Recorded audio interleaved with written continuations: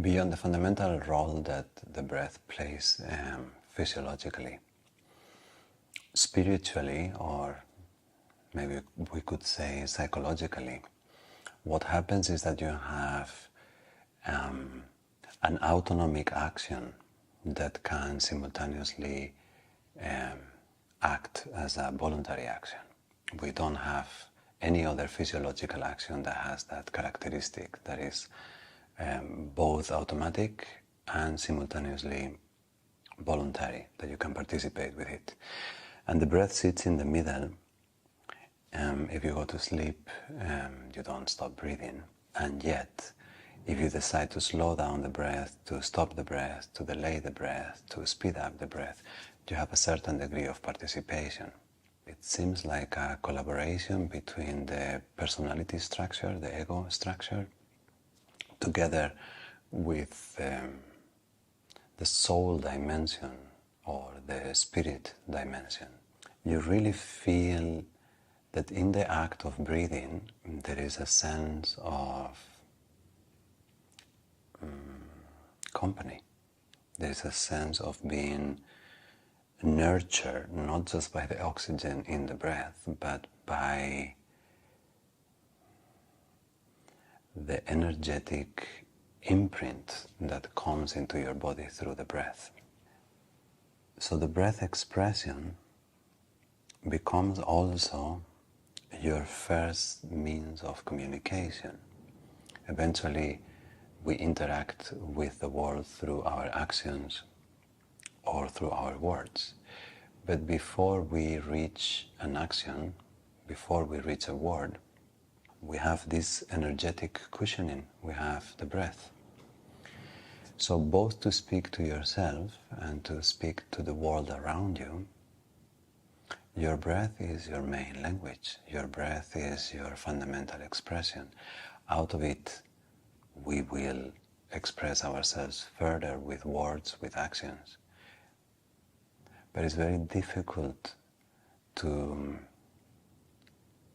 find a harmonious conversation with the universe. It is very difficult to find a healthy conversation with oneself if the breath is not in harmony.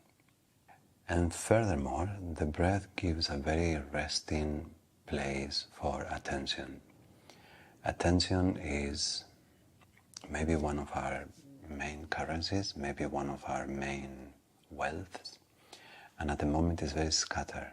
Most of our attention is kidnapped or at least fought for.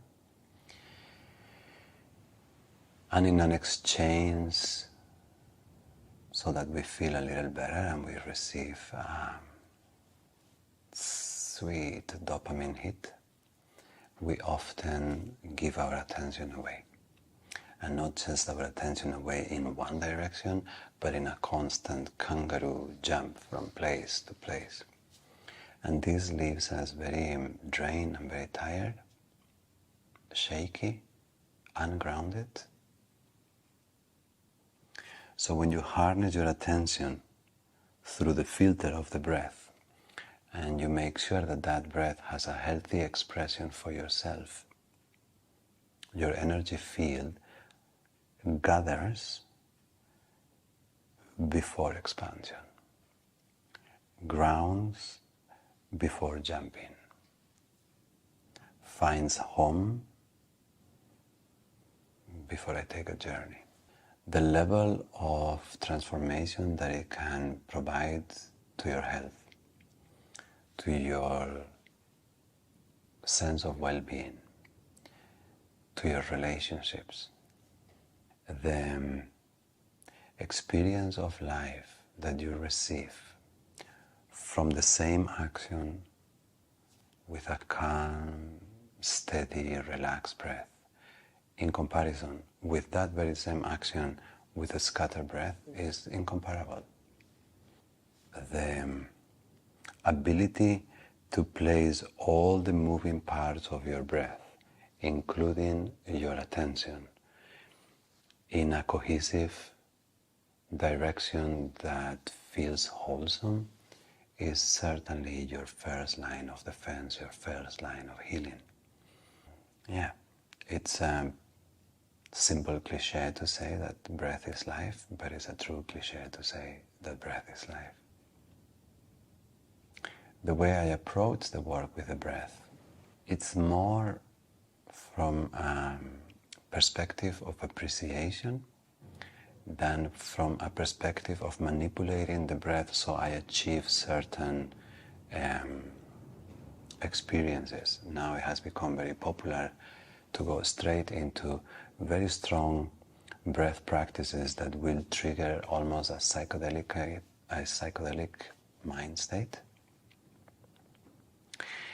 But I find that often that is a visit to the top of the tree without having cared properly for the trunk and the roots.